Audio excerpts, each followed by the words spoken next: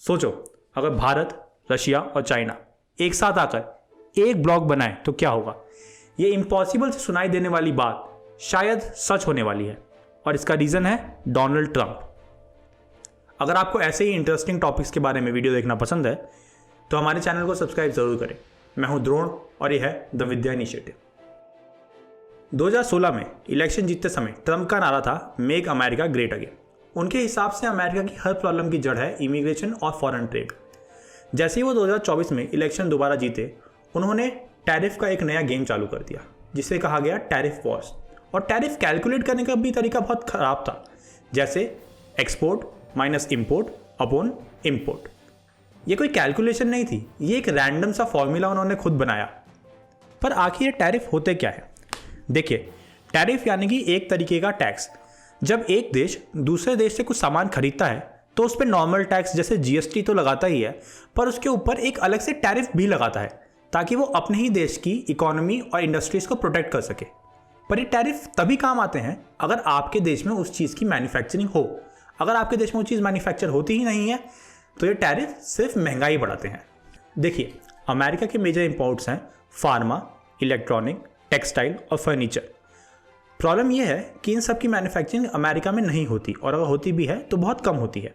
इस वजह से अगर अमेरिका में ये चीज़ें महंगी होंगी और वो नए प्लांट सेटअप करना चाहेंगे भी तो उनकी सेटअप कॉस्ट बहुत ज़्यादा होगी। ये सभी प्रोडक्ट चाइना और भारत से इंपोर्ट करने के मुकाबले अमेरिका में बनाना बहुत ज़्यादा महंगा भी है।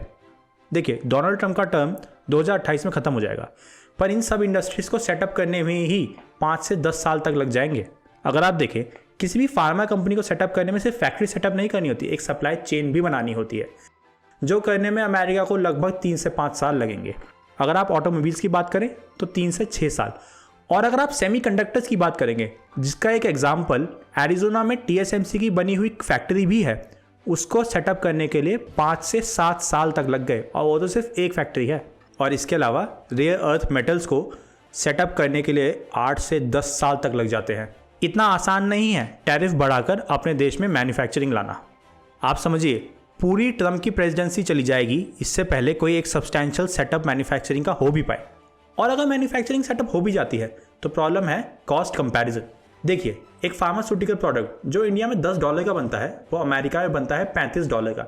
यानी कि अगर अमेरिका वहाँ पे टैरिफ लगा के उसको 50% महंगा कर भी दे तो भी वो $15 का पड़ेगा इंपोर्ट करना, जबकि अमेरिका में उसकी मैन्युफैक्चरिंग अभी भी $35 है। Same goes for smartphone. America में स्मार्टफोन बनता है $450 का और चाइना में वो बनता है $300 का। अगर चाइना पे 50% टैरिफ लगा के उसको $450 कर भी दिया तो भी आप उसके बराबर ही आ पा रहे हैं, उसको बीट नहीं कर पा रहे हैं।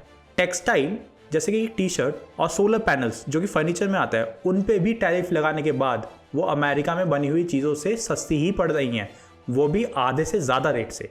मतलब अगर अमेरिका में इन सब चीज़ों की मैन्युफैक्चरिंग कर भी दी तो भी कंज्यूमर्स के लिए ये चीज़ें बहुत ज़्यादा महंगी होंगी। तो आखिर ट्रंप इतना रिस्की गेम खेल क्यों रहा है? क्या उसको इन्फ्लेशन का डर नहीं है? इसका जवाब हमें मिला प्रोफेसर मोहसिन रज़ा खान से। सुनिए। अमेरिका का इन्फ्लेशन रेट इस वक्त 2.7% है, यानी कि वो उनके टारगेट इन्फ्लेशन रेट 2% जो उनका सेंट्रल बैंक ने टारगेट रखा है उससे थोड़ा ज़्यादा है। उम्मीद ये है कि टैरिफ से इकॉनमी तो स्लो डाउन होगी, क्योंकि ट्रंप की पॉलिसीज़ की वजह से अनसर्टेनिटी आ गई है इकोनॉमी में। इमिग्रेशन पॉलिसीज़ यानी लेबर सप्लाई और टैरिफ पॉलिसी दोनों में अनसर्टेनिटी की वजह से लोगों का निवेश कम होगा, तो इकोनॉमी थोड़ी स्लो डाउन होगी। पर इन्फ्लेशन की उम्मीद नहीं है। उम्मीद ये है कि टैरिफ जो है वो वन टाइम इंक्रीज़ होंगे प्राइसेस में और परमानेंट इंक्रीज़ नहीं होंगे एक्सपेक्टेशंस में, इन्फ्लेशनरी एक्सपेक्टेशंस में। तो उम्मीद ये है कि इन्फ्लेशन ज़्यादा नहीं बढ़ेगा। हमने प्रोफेसर साहब से ये भी पूछा कि अगर लोगों ने ऑल्टरनेट करेंसी पे ट्रेड करना शुरू कर दिया तो क्या होगा? क्या डॉलर वीक नहीं होगा? इस पर उन्होंने हमें बताया, ना डॉलर की वीकनिंग की ज़्यादा उम्मीद है, ना ही इन्फ्लेशन बढ़ने की ज़्यादा उम्मीद है। पर यूएस इकोनॉमी का स्लो डाउन अगर होगा तो वो अनसर्टेनिटी की वजह से होगा। जैसे मैंने बताया, पॉलिसी अनसर्टेनिटी जो है, अगर आप बार बार अपनी पॉलिसीज़ बदलते हैं तो लोग निवेश करना कम कर देते हैं। व्यापारी समझ में नहीं आता उनकी कि निवेश किया जाए कि नहीं, कि रुका जाए। उसकी वजह से स्लो डाउन हो सकता है यूएस इकोनॉमी का हो। पर यूएस इकोनॉमी और उस की प्राइमेसी मेंटेन रहेगी, बरकरार रहेगी। यूएस इकॉनमी दुनिया की 25 या 26% है इस वक्त, और वही रहेगी, उम्मीद तो यही है। और डॉलर की भी तूती बोलती रहेगी। डॉलर अभी 60% के करीब है दुनिया की रिज़र्व करेंसीज़ में, और ट्रांजैक्शंस में तो 75-80% तक है टोटल ट्रांजैक्शंस में, और वो इस्तेमाल ऐसा ही होता रहेगा। अभी फ़िलहाल तो कोई उम्मीद नहीं है कि डॉलर गायब होने वाला है। तो जैसा प्रोफेसर साहब ने हमें बताया, ट्रम्प को रोकना इतना आसान नहीं है क्योंकि उसके पास है डॉलर की ताकत। जैसा प्रोफेसर साहब ने हमें बताया, ट्रम्प को असली खतरा है उसकी अनसर्टेनिटी से। देखिए, यूएसए के प्रेसिडेंट डोनाल्ड ट्रम्प का अटेंशन स्पैन बहुत छोटा है। कभी उन्हें नोबेल प्राइज़ चाहिए, कभी उन्हें टैरिफ लगाना है, कभी उन्हें वॉर रुकवानी है। इस चक्कर में अमेरिका में इन्वेस्ट करने वाली कंपनीज घबरा जाती हैं। उन्हें समझ नहीं आता है कि पता नहीं कल ट्रम्प कौन सा डिसीजन ले लेंगे, जिस वजह से अमेरिका में होने वाली ग्रोथ स्लो हो जाती है।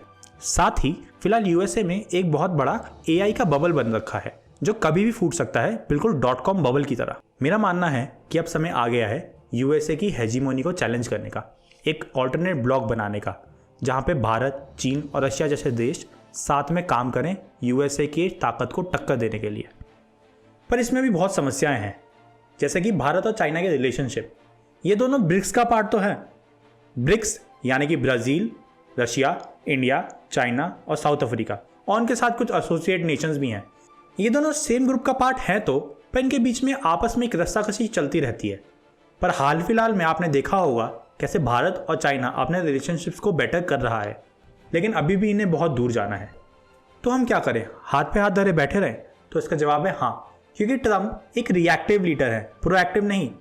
वो दूसरे के डिसीजंस का वेट करते हैं खुद उस पर रिएक्ट करने के लिए। अगर आप कुछ रिएक्ट करोगे ही नहीं तो पैनिक करके कुछ ना कुछ गलत कदम उठा ही लेंगे।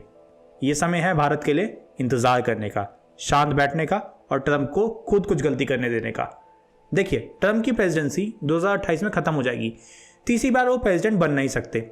जो कैपिटलिस्ट लॉबी है वो ट्रम्प से थोड़ी नाराज़ चल रही है क्योंकि उनके डिसीजंस ही ऐसे हैं। अब ट्रम्प को ज़रूरत है कुछ ऐसा करके दिखाने की ताकि उनकी जनता उनसे नाराज़ ना हो। इसलिए आप देखेंगे कि अब ट्रम्प अजीबोगरीब डिसीजन लेंगे। कहीं वो टैरिफ बढ़ाएंगे, कहीं वो वॉर रुकवाएंगे। क्यों? क्योंकि उन्हें नोबेल पीस प्राइज़ चाहिए। तो बॉटम लाइन ये है, ट्रम्प ने दुनिया के लिए एक नई अपॉर्चुनिटी बनाई है, एक नया ऑल्टरनेट ब्लॉक बनाने का, जिसका हिस्सा अमेरिका नहीं होगा।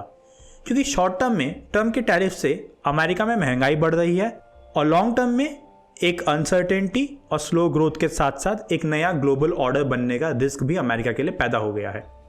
अगर आपको ये वीडियो पसंद आया हो तो इस वीडियो को लाइक करें और कमेंट में बताएं क्या ट्रम्प ये टैरिफ वॉर कंटिन्यू रख पाएंगे। और हाँ, इस चैनल को सब्सक्राइब करना बिल्कुल मत भूलिएगा। और एंड में मैं स्पेशल थैंक्स कहना चाहूँगा प्रोफेसर मोहसिन रज़ा खान को, जिन्होंने अपने एक्सपर्ट ओपिनियन देके हमारी वीडियो को और बेटर बनाया। तब तक के लिए जय हिंद।